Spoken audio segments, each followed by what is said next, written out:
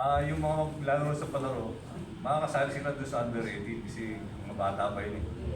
So, yun, malaking chance nila doon para doon sa mga sa Youth Games? Youth Games, yeah. Kasi meron din tayong under 20, under 18, under 20, under 16, so under 21. So, kasi ang patapa nga, medyo active na sila sa mga bata. Dati hindi tayo nagpa-participate dyan eh. Ngayon, nakita ng patapa na kailangan yan. Para magandang turnover. Oo, para tuloy-tuloy ang turnover. Chairman Reddy, nagkakausap kayo ni President, no, anong marching order o any message niya sa mga laging sinasabi sa national coaching staff and sa athletes? Actually, as Coach here told a while ago, no, yes, that's true that Patapa actually a few years back, no, started to dig deeper, no, to include the youth sectors in their development programs. So we are very active on that aspect for the last 3 years, no, more than 3 years. So we will do it continuously to support the turnover of athletes in the coming years. Coach, meron bang nawala sa national team at itong post niya kailangan punuan natin? May nag-retire ba sa mga medalist natin in the last SEA Games? Kamusta ba yung ibang member natin? Mukhang may nadinig ako na nasa military and they are undergoing military training. Makakasali ba sila dito sa nationals? Opo. Meron tayong mga ilang atleta na nag-retire, meron natanggal, at meron ding active pero na-recruit sila ng military. Katulad ni John Ubas, ni Sarah Dikinan, ang mga medalist natin sa SEA Games yan, si Del Prado, ang pangalan Del Prado, si Michael yun. Michael De Prado. Michael De Prado ngayon, ongoing training na sa military. So hopefully after this, they will continue training and participate in Southeast Asian Games. Pero sa nationals, sasali pa rin sila kahit kulang sa training? Si Ubas and Sarah will join. I don't think Biko will join. Because still in training. So, Yeah. that means lulubo pa tong numbers natin kasi invited pa yung mga sa juniors, no? Open pa yung registration. And paano ba? By invitation only o anybody can join? Kasi open siya. So kahit hindi yung mga nag-medalist sa pwede siya open pa. So until when yung registration ninyo? Especially yung juniors na susuman. I think the registration was extended to April 25. Yun. So it was extended to April 25. So due to public demand. Oh. So lulubo pa talaga yung numbers ng participants, no? Because supposedly this week na sana yung deadline, but Holy Week, Patapa extended it to 25 to accommodate more. So next week. So Yes. I don't know kung nakita mo yung listahan ng mga registrants. Mga, national team members of those countries ba ang darating? Para talagang bakbakan to ang the national championships? so most likely mga national Last athletes follow. nila yun. So, Last follow. Last follow. Itong national championships natin is a category B, mataas to eh. So they have to make use of this opportunity. Kasi first tayo among the Southeast Asian nation. Hindi pala first because Singapore will be the first and then tayo kasunod eh.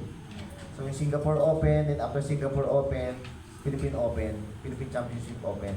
So yung mga pupunta dito definitely, aside from a good country tayo, very hospitable, they will earn some points from it. So definitely, most likely, Last follow-up, one national lesson. athletes yung pupunta dito. Okay, last follow-up question. Nakalimutan ko yung tanong follow-up na rin dun sa walkathon. With the recent Philippine national record na natamo ni Carlos De Amos, tapos yung ating women's race walkers will also buying for a Philippine record. In fact, may interview ko sila mamaya sa Sports Corner. Do you think may potential tayo dito sa walkathon, but in both men's and women's, ma-maintain nila yung national record o mahigitan pa yung mga record-breaking times niya dito sa mga upcoming competitions sa race walk. So sa race walk, yes, definitely yung men and women, yung chances natin sa podium the SEA Games malaki. So yung program naman ng men and women natin are all the same eh. So same. So kung si The Imos can really deliver gold, ganun din sa girls natin. And then as you can notice, yung mga nag-cover ng UAP, for the past, let's say 4 years or 5 years, yung walk natin, every year nagbe-break ng record. The progress of walk is tremendously progressing. So that's why yung Patapa, they put importance ngayon sa walk. They put 10,000 meter for women, 10,000 meter for men. So for both categories. So binigyan talaga ng importance ng Patapa yung walk kasi they can see a medal potential not only for the open division, also for the under 18. So sa training namin sa Ultra, ang dami na nag-walk, ang dami na talaga. You can see the development ng walk, yung awareness nila, yung chance nila to become a national team, lumaki na eh. Because possible pala eh. So na manalo tayo sa labas. Sir Relly, yung ba mga atleta nakasali dito, doon din nakabilit na sa loob ng NCC? Okay, so doon na sila. May live streaming ito, just like what the previous nationals. Okay, so pwede natin yung masubaybayan, ano, sa Facebook, kaya sa YouTube. Okay, so dadag announcement, please. Yeah, actually, I think we said it all. We'd like to take this opportunity to thank our major sponsors, the ICTSI, the Cell Logistic, the Philippine Sports Commission, Milo, and other minor sponsors. Again, in behalf of our officers and staffs in Patapa, we would like to thank Philippine Sports Writer Association for this opportunity to promote our championship this coming May 1 to 4. Let's do it, gentlemen, ladies. Tulungan natin yung sports na to. Athletics. Thank you very much, Coach Dario. Sige po, last message nyo. Invite. Amin pong iniimbitahan ang lahat na manood at suportahan ang ating palaro dito sa Clark, sa Kapas, na kayo po ay inyo pong saksihan ang ating mga manlalaro na magpa-participate dito sa Philippine Championships. At masaya po ang ating magiging laro ngayon sapagkat marami tayong aabangan. Mga champion sa UAP, champion sa NCAA, champion sa Trisa, sa Esqua, at mga foreign athletes. At maraming pong salamat. Yes, Coach. Geoffrey. This is a once in a lifetime experience, kumbaga. New Clark City, international flavor. So if you want to experience international, yung spirit ng international competition, let's try to go there.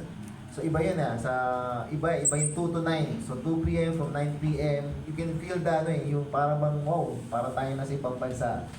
So pagpapuntang Tarlac, puros bukid yan. And then surprisingly, pagkita nyo, wow!